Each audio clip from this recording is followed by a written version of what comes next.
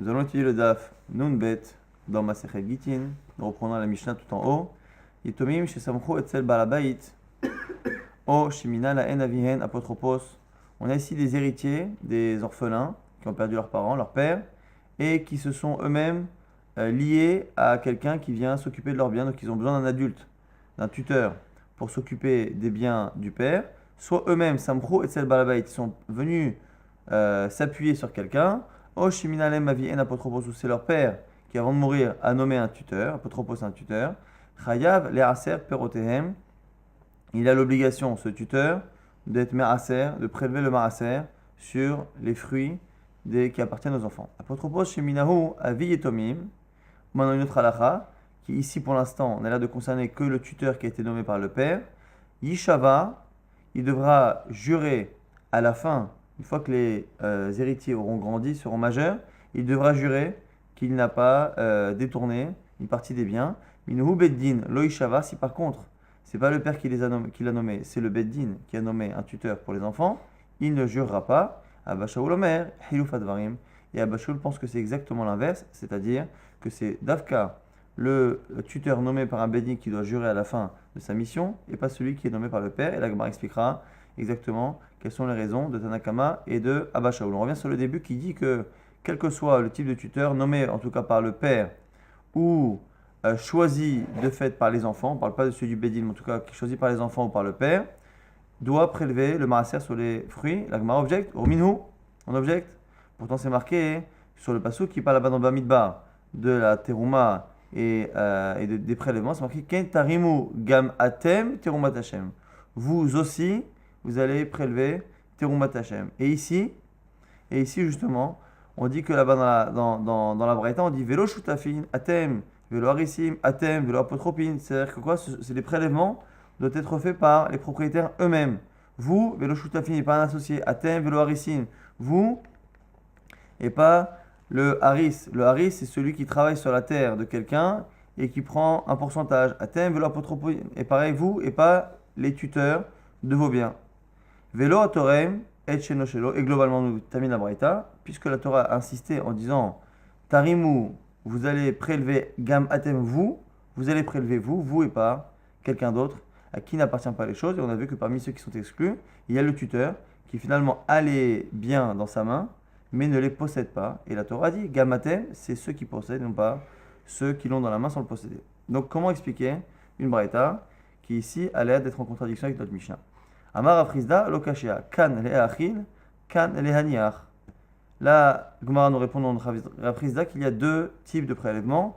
Est-ce qu'il a prélevé pour leur donner à manger ou est-ce qu'il a prélevé pour stocker? Une récolte doit être prélevée. S'il prélève pour le moyen terme ou long terme, il n'a pas le droit. Si par contre c'est pour leur donner à manger, comme il a l'obligation de les nourrir, le fait de prélever sur les fruits avant de les nourrir rentre finalement dans une mission qu'il a de les nourrir avec quelque chose qui est cachère. Et finalement, c'est pas cachère une récolte si c'est pas prélevé. Donc tant que ça s'apparente à une préparation de la nourriture qui fait partie de ses missions, il peut le faire. Dès que c'est un travail qu'il y a à la récolte de prélever indépendamment du fait de les nourrir, donc prélever pour éventuellement vendre, ainsi de suite, ça, c'est pas lui de le faire parce que ce ne sont pas ses biens. L'agma continue d'objecter. Il dit Veha tanya apotropin tormin ou ma'asrin et achil. Mais là, c'est pas une objection en général. Veha, dans la Gemara, c'est une objection. Mais Veha, parfois, c'est une confirmation. On l'a vu beaucoup dans ma Masechet Nedarim, qui a un lachon un peu méchouné. Veha, c'est justement une confirmation que apotropine, tormin, le masrin et achil, qu'ils peuvent prélever les achil pour nourrir, velo l'aniach, et pas pour stocker. Donc, effectivement, on a la preuve, maintenant, dans une braïta, que ce qu'avait dit Rafrizda de lui-même, comme le chiluk, comme distinction, il y avait une contradiction dans deux enseignements de Mishnah et Tana et braïta.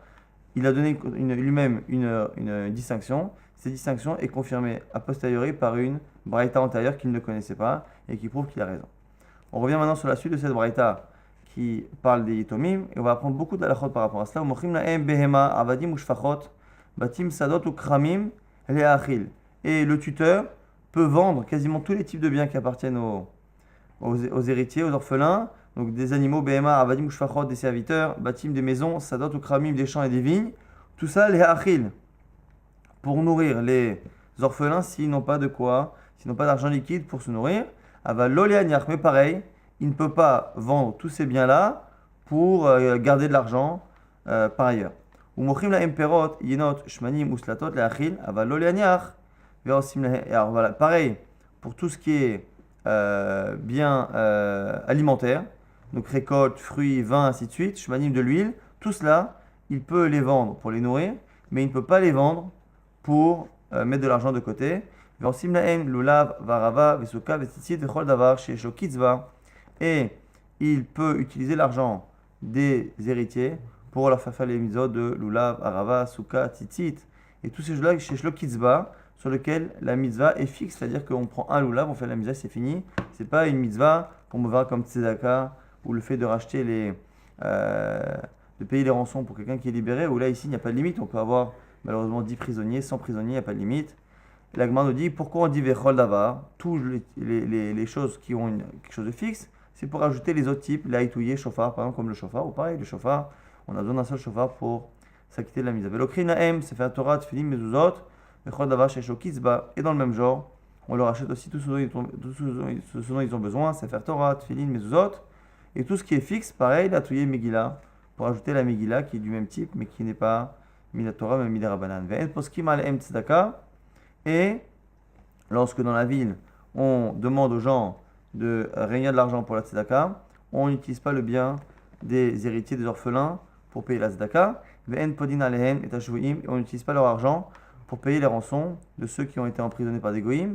Ve'lo chol davar she'en lo kizba. Et pareil, donc toutes les autres choses qui ne sont pas fixes, parce qu'on ne sait pas encore une fois combien de tzedaka on va demander, combien de rançons vont être demandées. Les atouillés, tanchoume avelim, c'est pour ajouter encore autre chose, qui est le nichum avelim, le fait d'aller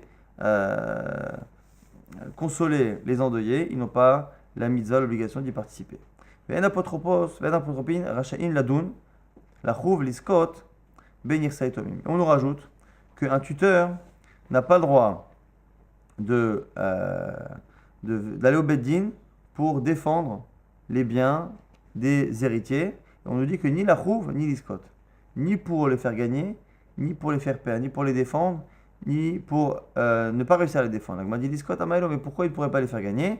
La Gemara corrige et dit, et là, la chouv almenat l'iskot benir seitomim. Ce qui ne marche pas, c'est s'il a perdu le procès, mais qu'il avait l'intention de les faire gagner. Donc en fait, il peut techniquement essayer de leur faire gagner de l'argent. Si il peut essayer de réclamer quelque chose au nom des héritiers, il peut le faire.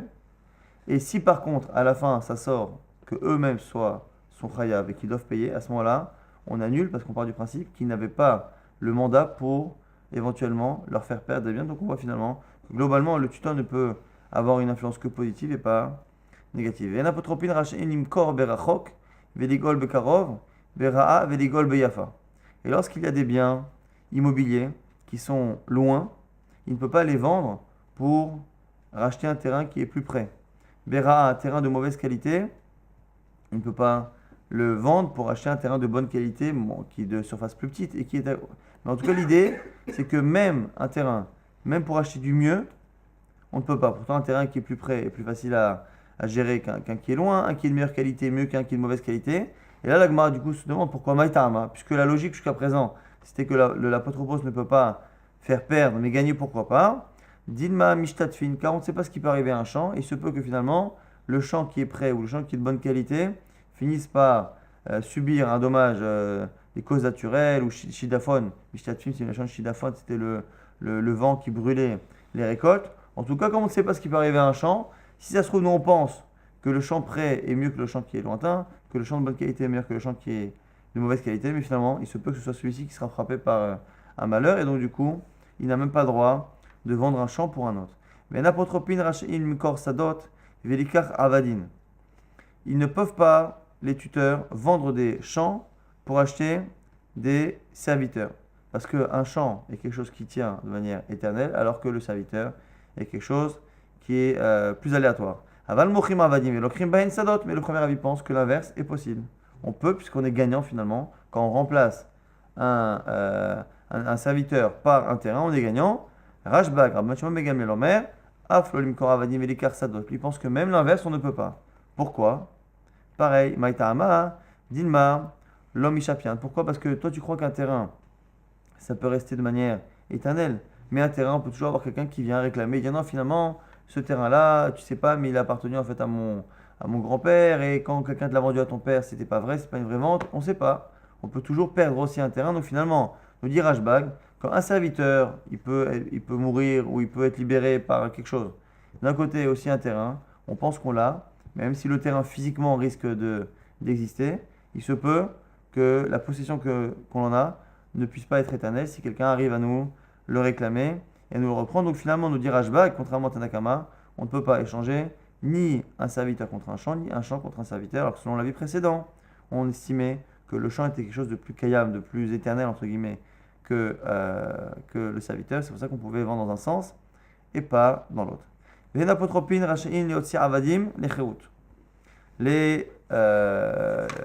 et tuteurs ne peuvent pas libérer les serviteurs. Aval mochim otam lacherim, ils peuvent le vendre à un tiers. Et le tiers peut le libérer. Donc du coup, ils peuvent provoquer indirectement que le serviteur soit libéré, mais ils ne peuvent pas le libérer directement. Rabbi Omer, Rabbi nous dit, s'il peut le vendre à un tiers, et que ce tiers peut le libérer, au final, il est capable à la fois de le vendre, et à la fois de provoquer sa libération, son affranchissement. Et du coup, Rabbi Omer, Omer a dit, moi je pense, du coup, le Haved, le serviteur lui-même peut se racheter, prendre l'argent, il se rachète. Et au final, c'est considéré comme si le tuteur avait vendu le serviteur à qui? À lui-même. Il a vendu le serviteur à lui-même. Puisqu'il peut le vendre à un étranger qui le libère, il n'a qu'à le vendre au serviteur qui lui-même va se libérer. Donc du coup, Rabbi pense qu'il peut même libérer le serviteur, encore une fois évidemment, contre une somme d'argent. Maintenant, par rapport à la fin de la mission, un avis qui pense qu'à la fin de la mission, il doit montrer les comptes et prouver qu'il n'a pas détourné l'argent. Rashbag, Rabban Megal Melomer, et une autre sarich. Il n'a pas besoin de le faire tant qu'on n'a pas de rachat, tant qu'on n'a pas de suspicion à son égard. En rosim apotropin nashim va'avadim uktanim. À la base, on évite de nommer tuteurs des femmes, des serviteurs et des enfants. Alors, ça n'a rien à voir les raisons. Avadim, on va prendre dans l'ordre. Nashim, parce que le fait d'être tuteur, normalement, c'est quelqu'un qui doit sortir, négocier, vendre, acheter. Donc on voit que c'est un travail qui à l'époque n'était pas tellement fait pour le mode de vie des femmes. Avadim, c'est un Aved qui en général n'a pas de propriété. Et comme il n'a pas de propriété et qu'il a une vie qui est un peu décousue, en général on part du principe que les Avadim ne sont pas dignes de confiance par rapport à tout ce qui est vol. Et donc du coup, on ne peut pas lui laisser gérer les biens des orphelins ou ktanim, les enfants qui n'ont pas la possibilité de prendre des décisions comme un adulte. Et donc du coup, ça, on évite de les nommer. Ve'in minan avigitomim arshulbiyado. Si le père a décidé de nommer un enfant, une femme ou un serviteur comme tuteur, il peut le faire et ça marche. Alors on va rapidement résumer tout ce qu'on a dit parce qu'on a dit beaucoup d'halachot finalement par rapport au yetomim. Si on reprend globalement, on a vu que par rapport au maaser, de manière générale, personne ne peut prélever le maaser sauf le propriétaire, et le tuteur ne peut le faire que lorsqu'il a la nécessité de nourrir les enfants. Il ne peut pas prélever les récoltes à moyen terme. On a aussi la possibilité pour le tuteur d'acheter et de faire des mitzvot aux enfants, mais des mitzvot qui sont fixes. Ou la Tfilin, Sefer Torah, Megillah, toutes les mitzvot où on sait combien il faut acheter, 1, 2, mais il faut acheter on sait combien. Tout ce qui n'a pas de limite, comme le fait de donner la tzedaka ou de racheter des prisonniers, ainsi de suite, il ne peut pas utiliser leur argent. Pour cela, on a vu que pour tout ce qui est vente de biens immobiliers ou même de récoltes, il ne peut le faire là aussi que pour les nourrir. Pour les nourrir, il peut tout vendre. Mais dès que c'est pour autre chose, il ne peut pas. Par rapport justement aux biens immobiliers qu'il ne peut pas vendre, selon Rashbag, on ne peut ni vendre, même pas pour prendre de l'argent, mais même pour échanger pour autre chose. Selon Rashbag, on ne peut même pas échanger un terrain contre un serviteur, ni un serviteur contre un terrain, car on ne sait jamais lequel va tenir ou pas. Selon Tanakama, le champ est censé être mieux, donc on peut vendre un serviteur pour un champ, mais pas l'inverse. On a vu que par rapport au terrain, un terrain pour un autre, même si un terrain qui paraît être mieux qu'un autre, on ne peut pas laisser le tuteur le faire, car on ne sait pas au final quel est le champ qui finalement va être frappé par un malheur ou pas. Donc du coup, on évite de faire tout cela. On a vu qu'on avait une marloquette, est-ce que le tuteur pouvait libérer le serviteur ou pas. Tout le monde est d'accord qu'on peut le vendre à un tiers qui pourra le libérer, mais est-ce qu'on peut le libérer lui-même en laissant le serviteur se racheter ou passer une marloquette Tanakama Rabbi, et une marloquette aussi entre Rashbag et Tanakama, est-ce que à la fin de sa mission, il doit montrer des comptes ou pas, et on a vu à la fin qu'on évite, de nommer un enfant, une femme ou un serviteur comme un tuteur pour des raisons différentes, mais si le père a choisi, cela fonctionne. Maintenant, on va nous raconter quelques petites histoires. Haou, apotropos, d'Ava Bishivoté de Rabbi Meir. Il y avait un tuteur qui était dans le quartier de Rabbi Meir, d'Ava Kamizaben Arata Vezavin Avde. Il vendait des terrains et il achetait avec des serviteurs. Et normalement, on ne peut pas. Vélo, Shavke Rabbi Meir. Et Rabbi Meir, du coup, a dit non, on a dit à la limite, l'inverse, c'est une marloquette. Le fait de vendre un serviteur pour acheter un terrain, c'est une marloquette, un akama, rashbag. Mais vendre un terrain qui est a priori, qui tient sur la durée, pour un serviteur qui a priori ne tient pas sur la durée, quoi qu'il arrive, on a dit que ce n'était pas une marloquette. Donc Rabbi Meir ne l'a pas laissé, le Shavke Rabbi Meir. Alors, vous les Bechalme, et dans le rêve, on lui a dit, Ani il a Aros, va talivnot. Il a vu Akadosh Baruch Hu qui lui disait, mais moi je veux détruire et toi tu construis. En gros, c'est moi qui ai décidé à Akadosh Baruch Hu que dans cette famille, les biens ne tiennent pas. Et donc je fais en sorte exprès que ce tuteur vende des biens durables pour quelque chose qui justement n'a pas une durée de vie aussi longue. A philo achilo ashgar. Et Rabbi Meir, quand il s'est levé le matin, il n'a pas tenu compte de ce rêve. Amar, divrei chalomot, lo ma'alim velo moredim.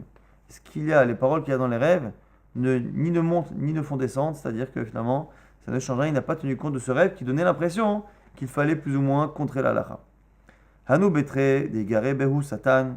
Il y avait deux personnes, il y en a qui disent que c'était dans un couple, il y en a qui disent que c'était deux personnes séparées, qui avaient le satan, qui étaient toujours entre eux, c'est-à-dire qu'ils se disputaient tout le temps. Toutes les veilles de Shabbat, ils se disputaient. Rabbi Meir est venu avec eux. Et il est resté avec eux 3 vendredis.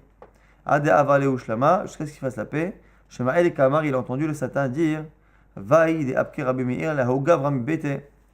Et il a entendu qu'ils disent malheur à celui qui a fait sortir Rabbi Meir. En gros, il a entendu le Satan pester sur justement la présence de Rabbi Meir. Donc c'est en lien avec le rêve qu'a fait Rabbi Meir dans l'histoire précédente. On revient sur ces histoires de tuteurs. Aou apotropos d'Ava. Beshivoté de Rabbi Yoshua ben Levi. Maintenant, c'est Rabbi Yoshua ben Levi qui est un tuteur dans son quartier. D'Ava Kamizaben Ara, Vezaven Toré. Il vendait les terrains des orphelins et il achetait avec des animaux pour labourer et pour travailler la terre. Velom ale velomide. Et Rabbi Yoshua ben Levi n'a rien dit. Pourtant, on a vu que normalement, le terrain, c'était quelque chose qui durait.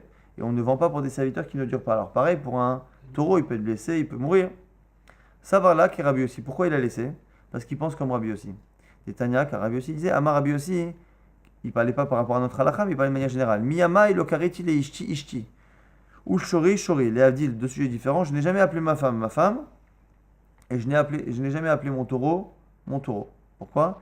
Et là, les ishti beti, ou shori sadi. Ma femme, je l'appelle ma maison, car la maison ne tient que par elle. Et les avdil, mon taureau qui fait labourer le terrain ne s'appelle finalement mon terrain, parce que mon terrain ne peut me donner quelque chose que s'il y a un animal pour labourer. Et du coup, qu'est-ce qu'on apprend de ce Rabbi aussi?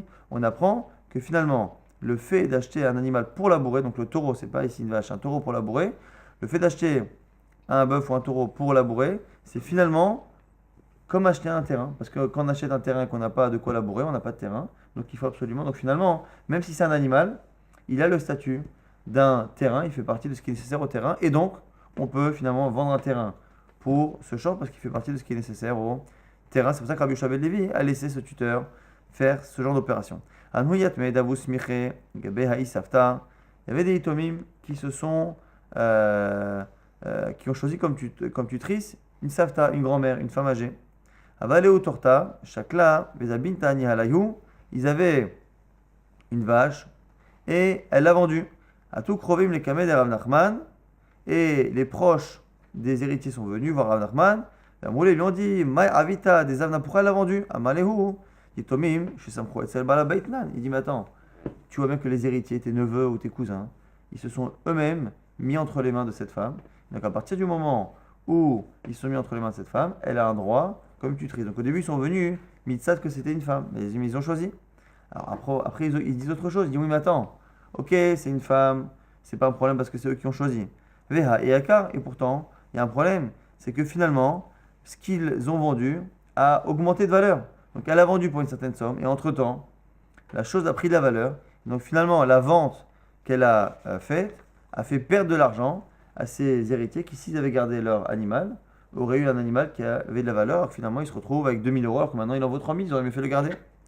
Elle dit Birchuta de l'Okari, Akari. Alors, comme elle l'a vendu, au final, cet animal-là a pris de la valeur quand il était dans le domaine du vendeur.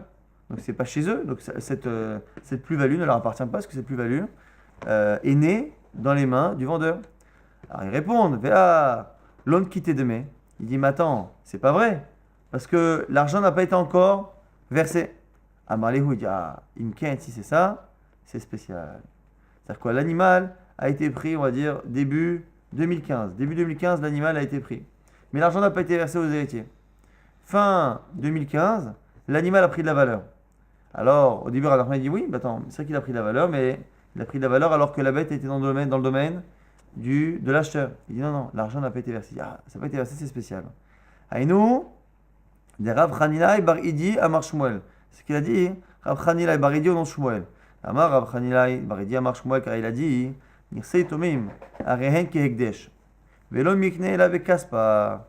Les biens des héritiers, on les a rendus comme les biens du Hekdesh, du Bet Amikdash. On ne peut pas les acquérir sauf avec le don d'argent. Normalement, lorsque l'on a une vente, il faut toujours distinguer dans la vente l'argent qui sert d'acquisition et l'argent qui sert d'accord. On peut très bien avoir une somme d'argent qui est décidée comme accord, mais que la vente soit effective à un autre moment, c'est-à-dire au moment où l'objet est tiré. Un peu comme quand on achète à crédit dans un magasin, on estime que l'objet appartient à la personne une fois qu'elle l'a pris, même si la somme d'argent totale n'a pas été donnée. À partir du moment où on a tiré l'objet ou qu'on a versé un premier règlement, la vente est actée. Donc si l'objet est abîmé ou si l'objet a pris de la valeur, justement c'est important de savoir dans le domaine de qui l'objet est. Et donc ici, en général, dans une vente classique, un animal par exemple, on peut choisir d'acter la vente soit par une action de tirer l'objet, de tirer ici l'animal, soit par le fait de donner une somme d'argent. Ça peut être un euro symbolique et la somme totale sera versée plus tard, ce qui est une condition. Mais en tout cas, on peut choisir de faire un kinyan bekesef ou de kinyan bemeshira. Ça c'est en général.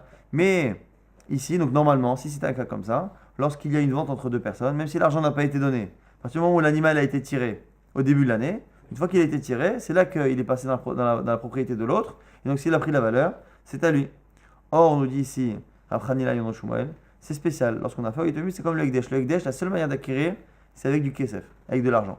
C'est-à-dire que tant que l'argent ou une partie de l'argent n'a pas été donné en tant que kinyan kesef, l'animal appartient encore aux héritiers. C'est le cas ici. Ils ont vendu l'animal début 2015. Début 2015, l'animal est parti. On se retrouve en 2016. L'argent n'a pas encore été versé et l'animal a pris la valeur.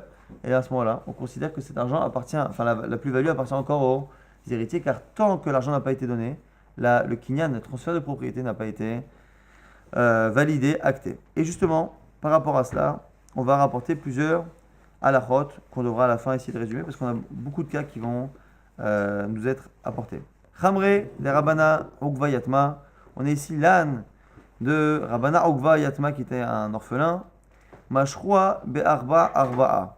Donc, il y a des gens qui ont acheté l'âne qui appartenait à Rabbana Ogva, qui était Yatom, qui était orphelin. Ils lui ont acheté un âne, Arba, pour la somme de 4 zouz. Michila Chamre, c'est le yaïn, c'est le vin. Michila, c'est le vin, des tonneaux de vin. Arba, chaque tonneau coûtait 4 zouz. Veikar, et il a pris la valeur. Veikar Beshita Shita. Et finalement, il est monté à 6 zouzim, le tonneau. Alors, à tous les camés de Rav Nachman, ils sont partis voir Rav Nachman. Amarlehu, il a dit Aïnou de Rav Chanila et Bar Idi. C'est ce qu'il a dit Rav Chanila et Bar Idi. Damar, Rav Chanila et Bar Idi Amar Shmuel, Nirsei Tomim Aren Ekdesh, Velo Mikne Velo Bekaspa. Donc, exactement ce qu'on vient de dire. Que finalement, même si les objets ont été pris, transportés, c'est pas le transport de l'objet qui fait un kinyan comme lorsqu'on a affaire à deux personnes normales. Ici, c'est comme si on avait affaire au Ekdesh, à ce qui appartient au Bet Amikdash. Et tant qu'il n'y a pas de transfert d'argent, il n'y a pas de transfert de propriété. Donc là, on va maintenant donner tous les cas. Ce qu'il faut savoir, c'est qu'on a deux possibilités déjà au niveau du décalage entre le don d'argent et le fait de prendre l'objet. En général, dans un client normal, on a dit que c'est le fait de prendre l'objet ou de donner l'argent qui entérine l'acquisition et le transfert de propriété. Là, dans le cas des Yétomim, on a dit que c'est que le transfert d'argent. Maintenant, il peut y avoir soit un transfert d'argent, le décalage peut se faire dans les deux sens. Soit d'abord, on a tiré l'objet, comme dans le cas qu'on a cité, et après, on a donné l'argent, soit l'inverse déjà. On a d'abord donné l'argent, et c'est qu'un an après qu'on a tiré l'objet. Après, on a aussi une autre possibilité, c'est au lieu que le bien ait pris de la valeur, il en est perdu. Et en fonction de cela, la personne qui veut éventuellement annuler la vente, peut-être le vendeur, ou peut-être l'acheteur. Donc on va maintenant rapporter tous les cas. Sur chaque cas, la Gemara va donner la halacha et la raison. Et à la fin, on va essayer tout de même de résumer parce que vous allez voir qu'il y a pas mal de cas. Premier cas qu'on a cité, on a dit, c'est un cas où on a d'abord tiré l'objet. Un an après, on va dire, on a donné l'argent. Donc d'abord on a tiré, après on a donné l'argent. Et le bien ayant pris, et c'est des biens qui ont été achetés aux héritiers et pris de la valeur. Et donc qui a envie d'annuler? Qui a envie d'annuler? Ce sont les héritiers. Là ici, Machour Pere Miyatme. Maintenant, c'est un cas où Machour Pere Miyatme, où ils ont acheté des pérotes, ils ont acheté une récolte au Yetomim. Iyakour, et elle a pris la valeur. Aïnou de Rav Hanilai, Baridi, c'est encore le même cas qu'on a cité. Donc du coup, ils ont pris le bien matériellement, physiquement, ils l'ont pris à un moment donné. Ils ont fixé une somme à donner dans un an.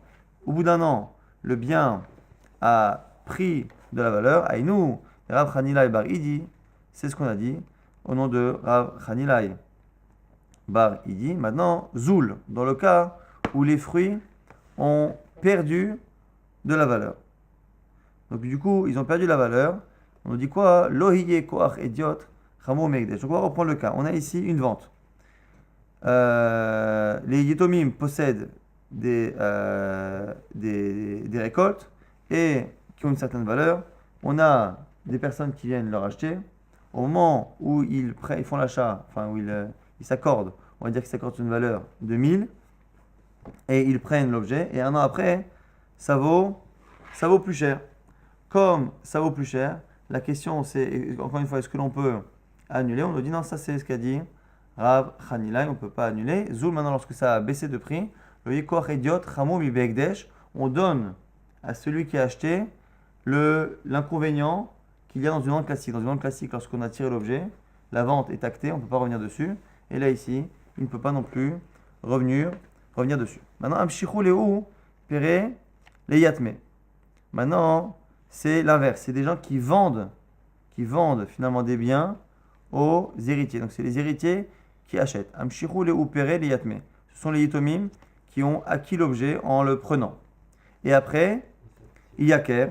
Et après, le bien a gagné la valeur. Et donc finalement, lorsque les héritiers payent un an après, ils payent pour une valeur qui ne correspond plus à la valeur réelle. Ils payent 1000, quelque chose qui aujourd'hui vaut 1500. Et donc du coup, le vendeur veut annuler là aussi. Loyekor idiot, Ramon Begdesh. Pareil, à partir du moment où ils ont tiré les biens, s'il avait vendu à un normal, à quelqu'un normal qui n'est pas Ekdesh, il aurait perdu, puisqu'on dit que c'est aussi un mode d'acquisition, a fortiori pour le Ekdesh, puisqu'on considère que les Yetomim sont comme du Ekdesh. Maintenant, Zoul, dans le cas où ça a perdu la valeur. Donc c'est-à-dire que les Yetomim se sont engagés à payer 1000. Ils ont tiré les objets, donc ici les fruits, ils reviennent au bout d'un an, ils s'apprêtent à payer 1000, ils regardent le cours de la récolte, ils se rendent compte que finalement, cette même récolte maintenant vaut 800. Donc qu'est-ce qu'ils veulent faire les Yetomim? Ils veulent annuler. Ils disent, comme on n'a pas encore donné l'argent, et que quand on a affaire à du Ekdesh ou à des Yitomim, tant que l'argent n'a pas été donné, on peut annuler. Ils veulent annuler et racheter la même récolte à côté pour 800. Eh bien, normalement, on aurait dû dire qu'ils peuvent, parce que c'est comme du Ekdesh, il n'y a que le don d'argent qui termine l'acquisition. Mais ici, Chachamim ont dit que non, ça vaut miner. Avec nous, des Rav Hanilai Baridi, on a pensé à appliquer le din de Rav Hanilai Baridi, que tant qu'il n'y a pas d'argent donné, les Yitomim peuvent changer d'avis. Mais finalement, Marlé ou Rav Shisha, Béré des Ravidi, il a dit Rav Shisha, il a dit Hara'a, il a dit le problème c'est que tu crois leur faire du bien ces Yitomim en leur faisant gagner 200 euros. Le problème c'est que à moyen et long terme, tu risques de poser problème à tous les Yitomim. Pourquoi? Des imni, des mitzaychel et péré, mais les cas des evléo, à des havezuzé. Parce que quand demain ils vont vouloir acheter des récoltes pour se nourrir et qu'ils n'auront pas d'argent disponible tout de suite et qu'ils voudront acheter à crédit, les gens vont refuser. Pourquoi? Parce qu'attends, il dit, attends, je connais l'histoire. Je te vends à crédit et si dans un an le cours a baissé, tu vas tout annuler parce que les sages ont dit que c'est comme le Hekdesh. Donc en gros, je suis perdant. Si mon bien gagne de la valeur, moi je ne peux pas annuler. S'il en perd, toi tu peux annuler. Et donc du coup, les gens ne voudront plus vendre à crédit et c'est la raison pour laquelle on ne les a pas laissés annuler ce type de cas. Maintenant, Yahvé Yatme. Alors ça pour l'instant, on a imaginé les cas où c'est à la fois les Yetomim qui acquièrent, une fois où c'est les étrangers qui acquièrent. Maintenant, c'est les cas où on donne l'argent avant de prendre l'objet. Yahvé Yatme Zouzé Apéré. Dans un cas où ils ont donné l'argent, mais ils n'ont pas encore pris l'objet. Donc ils donnent l'argent et après, Ezoul, et il a perdu de la valeur. Donc eux, ils ont donné l'argent. Normalement, quand ils ont donné l'argent, c'est plus ou moins acquis. Même si dans une vente normale, il faut tirer l'objet. Donc ici, ils ont donné l'argent, mais ils n'ont pas encore pris possession de l'objet. Et après, finalement, ça a baissé de prix. Donc comme le prix a baissé, eux, ils veulent annuler. Ils disent, attends, c'est vrai qu'on a donné l'argent, mais d'un autre côté, on n'a pas encore pris l'objet. Lo yikoach idiot chamouim inagdesh. Pareil, le type qui leur a vendu perd. Pourquoi? Parce que s'il avait affaire à quelqu'un de normal, comme ici on a affaire à des fruits, à des métaltélim, à des objets mobiliers, il faut absolument le tirer. Tant s'il avait affaire à son copain aurait pu annuler la vente, puisque l'objet n'a pas été tiré. Pareil pour le Hekdesh, puisque les enfants sont posés comme ici comme Hekdesh. Aïkar, dans le cas où par contre ça a pris de la valeur, alors si ça a pris de la valeur, on aurait pu penser que les héritiers sont gagnants, c'est-à-dire qu'ils ont donné une valeur de 1000, ils n'ont pas encore tiré l'objet. Au moment de prendre l'objet, ça vaut 1500. Le vendeur dit, ah là, non, je ne veux pas vous le vendre, et ça tombe bien, vous n'avez pas encore pris l'objet. Alors on dit non, mais on a un dit de Rav Hanilai. C'est quoi? C'est que le Hekdesh, les enfants ont la force du Hekdesh de décider que ça ne commence qu'avec l'argent.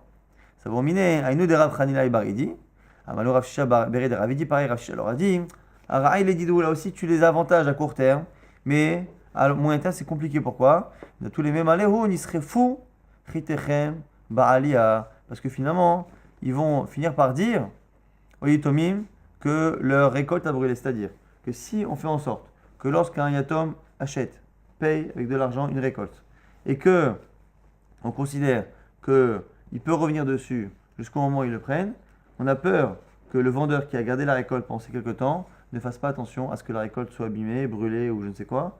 Et du coup, c'est la raison pour laquelle on n'a pas laissé les Yitomim revenir sur cette vente, même si techniquement on devrait pouvoir les laisser. Il y avait les Hu, Zouzé, les Yatme, Apéré. Dans le cas maintenant où c'est l'inverse, l'argent a été donné donc toujours en premier, mais c'est l'argent qui a été donné par d'autres personnes aux Yatomim. Donc c'est les Yatomim qui sont vendeurs maintenant, ils vendent une récolte, et les autres ont donné l'argent avant de prendre la récolte. Iyakar, et la récolte a pris de la valeur. Donc comme elle a pris de la valeur, on a ici les Yitomim qui veulent annuler. Donc ils ont pris l'argent, les Yitomim, mais ils n'ont pas encore transmis les fruits, la récolte dans la main de l'autre. Quand le type revient et que finalement ça vaut plus cher, eux ils veulent maintenant le revendre à 1500, donc ils annulent, ils veulent annuler. Est-ce qu'ils peuvent annuler ou pas? Est-ce que l'autre peut dire non? On dit lo yekoach idiot, chamur mehekdesh. On considère finalement que l'autre type est perdant. Pourquoi? Parce qu'encore une fois, les Yitomim n'ont le pouvoir du Hekdesh qu'en positif, pas en négatif. Puisque s'il avait affaire à un homme normal, tant qu'il n'a pas pris les fruits, eh bien la vente n'est pas actée. Pareil pour le Hekdesh ici, pour les Yitomim qui sont comme du Hekdesh, même s'il a donné l'argent, tant qu'il n'a pas pris l'objet, les autres peuvent revenir sur la vente. Maintenant, Zoul, l'inverse. Dans le cas où ça a perdu la valeur, les Yitomim ont vendu 1000 euros. Le type a versé 1000 euros. Il n'a pas encore pris la récolte. Lorsqu'il vient la prendre, elle n'en vaut que 800. Donc maintenant, qui veut annuler?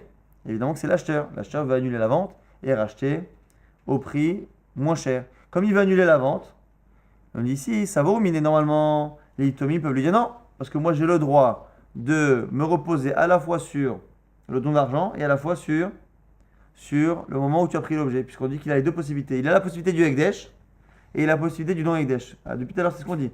Rav Hanila, il dit que le Hitom, il a comme le Ekdesh, il choisit que ce soit l'argent qui entérine la transaction. Mais d'un autre côté, puisque on veut lui donner un avantage, il ne peut pas avoir les inconvénients, et donc du coup, il a aussi l'avantage de choisir, comme une vente normale, que finalement, c'est le moment où on tire l'objet. Donc là, ça va miner chez nous, de Rav Hanila et Bar Idi. On a pu penser que c'est comme le cas de Rav Hanila et Bar Idi, où là, les Hitomim peuvent dire non, attends, tu n'as pas pris l'objet, mais moi, tu m'as transféré l'argent. Moi, je suis Ekdesh, le Ekdesh, une fois que l'argent est donné, c'est fini, même si ça avait baissé de prix, la vente est actée. Amaléou, Rav Shisha Bered Ravi, là aussi, Rav Shisha Baredi a dit non. Raï les Didou, là aussi, tu vas leur faire du mal. Les Imni, les Mitsaïché, les Ouzé, les cas des Yves, les Hou, Ad, les Yahvé, les Hou, Péré, et là aussi, c'est pareil, le cas un peu inverse, c'est-à-dire que des fois, on va avoir des Hitomim. On va avoir des Hitomim qui vont avoir besoin d'argent liquide. Ils vont avoir besoin d'argent liquide, mais la récolte n'est pas encore prête. Ils ont la récolte dans le grenier, ou qui va bientôt être prise, bientôt les vendanges, et qu'est-ce qu'ils font eux?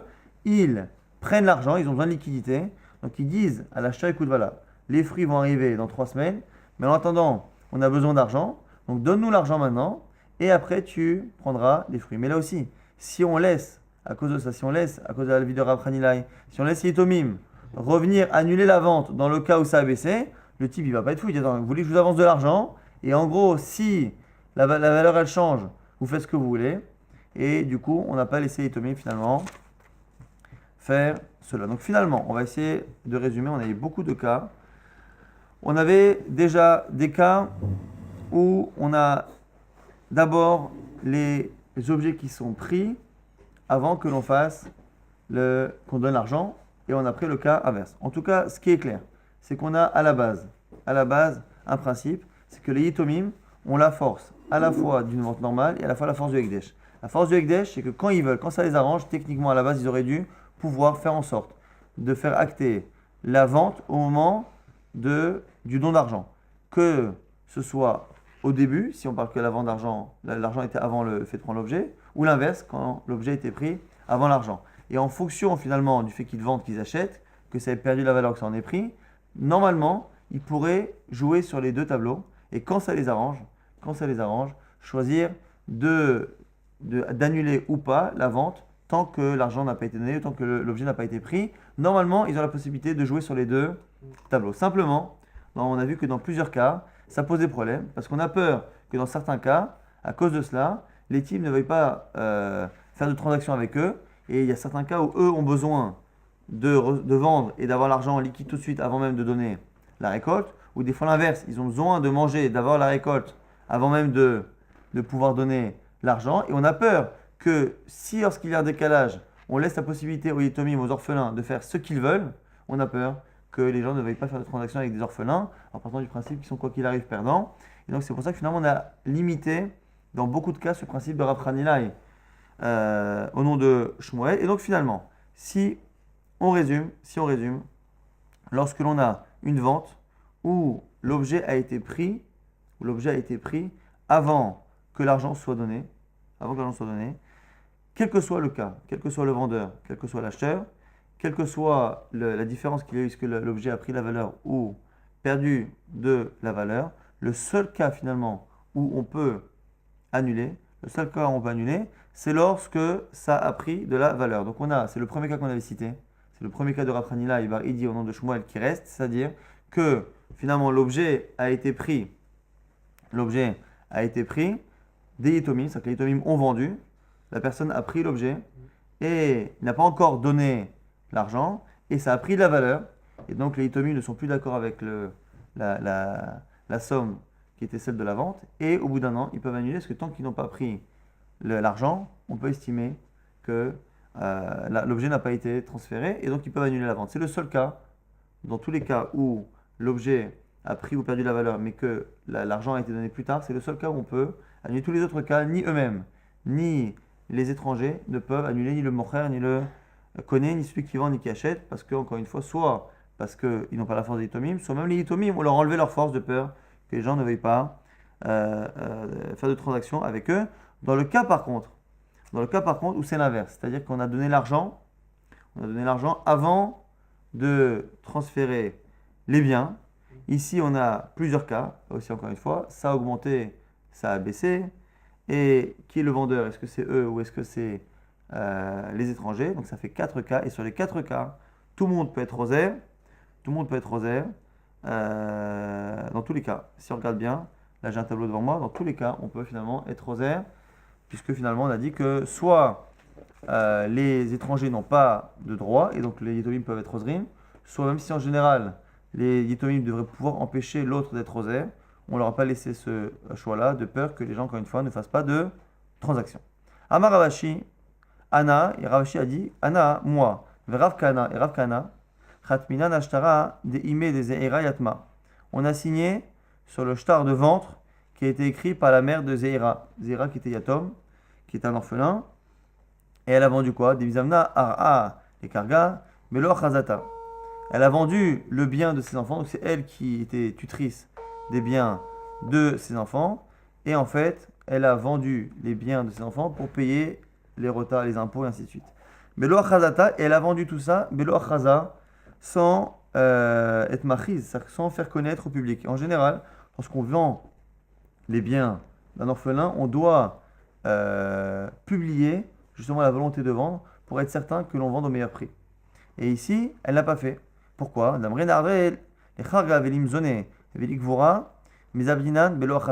Halakha qui dit que le tuteur, lorsqu'il vend un bien de manière nécessaire pour l'enfant, il doit le faire de manière publique. Il y a 3 exceptions.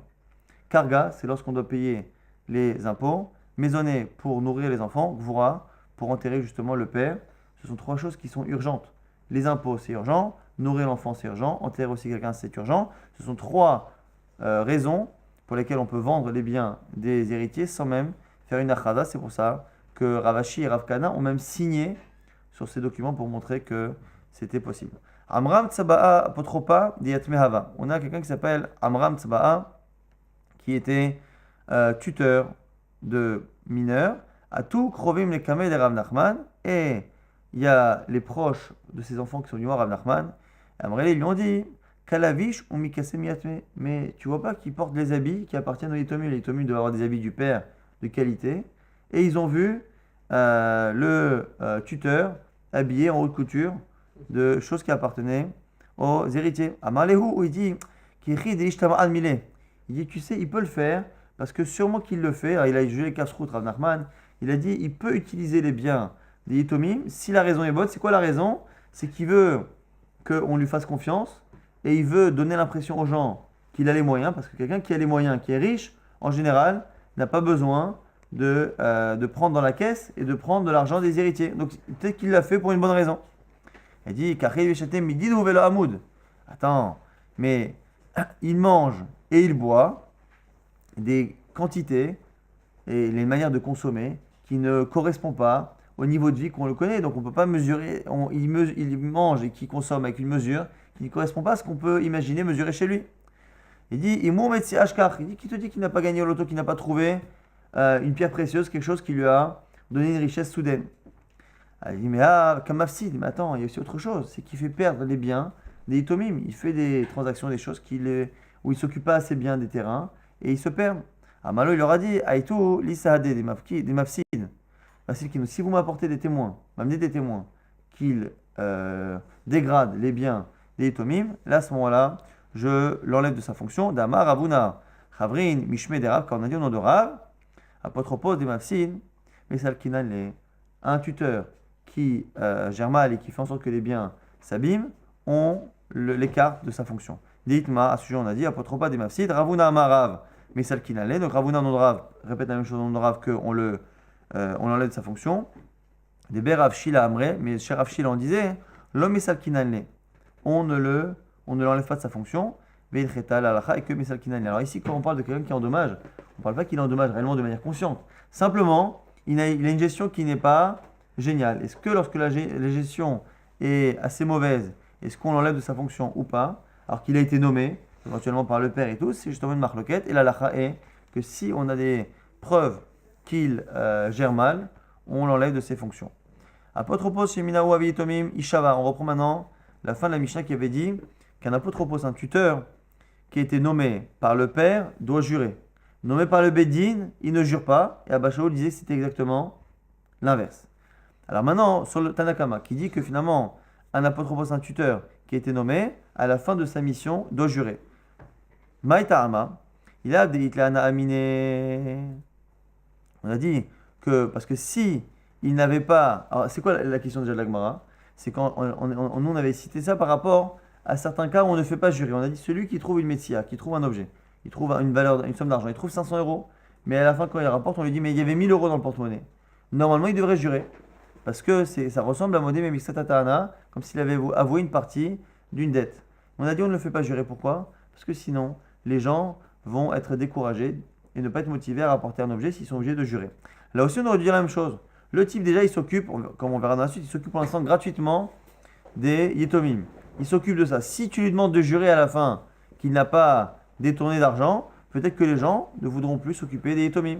Donc, Maïtar Malagma pose la question, comment se fait-il que malgré la crainte que l'on a, que normalement un serment enlève la motivation à quelqu'un de rendre service, comment se fait-il que là, on n'ait pas cette crainte? Alors, Agma dit, il a des Itlana Aminé, pourquoi? Parce que quelqu'un qui a été nommé par le père, si il accepte d'être tuteur pour les enfants, c'est forcément qu'il a une dette, on va dire, morale par rapport au père. Ça veut dire qu'il lui doit quelque chose. Et donc, il a une motivation personnelle qui va au-delà de cette contrainte qu'il y a à la fin de jurer. C'est la raison pour laquelle on n'a pas peur ici de le faire jurer. Quelqu'un qui trouve un objet, lui, on ne le fait pas jurer de peur que le lendemain il ne recommence pas. Par contre, celui, s'il s'occupe des orphelins, c'est que déjà il y a une motivation qui est forte et cette motivation-là ne sera pas annulée par l'éventualité d'un serment. L'ovalé apotropos, Ishum Shevoa, lo atilim noé, donc du coup, à cause d'un serment, il ne va pas s'empêcher de s'en occuper. Mina Beddin, lo Ishavan a dit que par contre, si c'est le Beddin qui l'a nommé, il ne jurera pas. Pourquoi? Pourquoi? Parce que lui ne fait qu'écouter le Beddin, mais il n'a pas de motivation par rapport au père.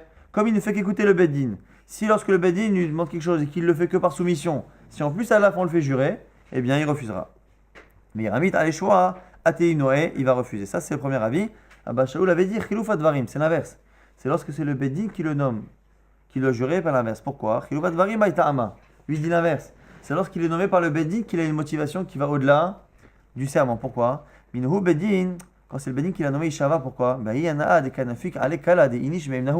Quand le Beddin le nomme, la personne ça lui fait du kavod. Ça veut dire que le Beddin a nommé officiellement qu'une des personnes les plus dignes de confiance qu'il y a dans le quartier, c'est moi, et donc du coup c'est un kavod.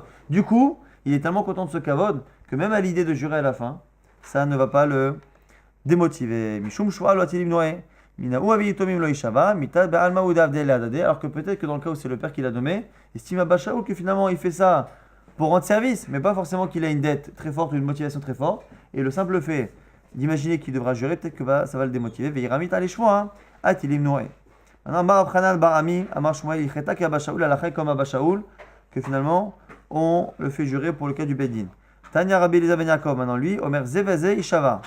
Eliezer ben Yaakov pense que les deux doivent jurer souvent l'alachai comme Rabbi Eliezer ben Yaakov. L'alachai qui est dvarav, l'alachai comme lui.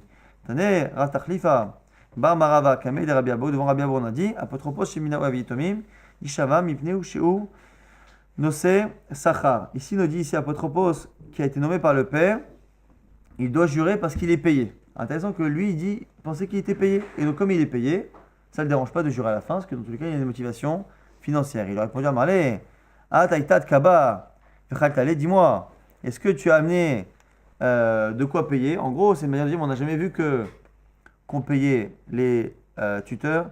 Et là, même, il venait chez Ke no Sechar. Donc, on est obligé de corriger, et dire que non, c'est pas réellement qu'ils sont payés, mais que c'est comme s'il était payé. Ça revient à l'idée qu'on a dit tout à l'heure, c'est-à-dire qu'on considère que lorsque c'est le père qui l'a nommé, qu'il accepte, c'est qu'il a une dette envers lui, et que finalement, c'est comme s'il avait déjà été payé en amont. On termine juste sur la Mishnah, sans faire même la Gemara. Amdamea Vamnaser, celui qui endommage la récolte de son prochain en la rendant impure. Amdamea, qui la mélange, qui mélange le choulin et ce qui est pas choulin. Vamnaser est celui qui va mélanger ou qui va rendre Nesser, donc du vin qui est interdit. S'il l'a fait de manière involontaire, Beshogeg Patour, il est dispensé de payer.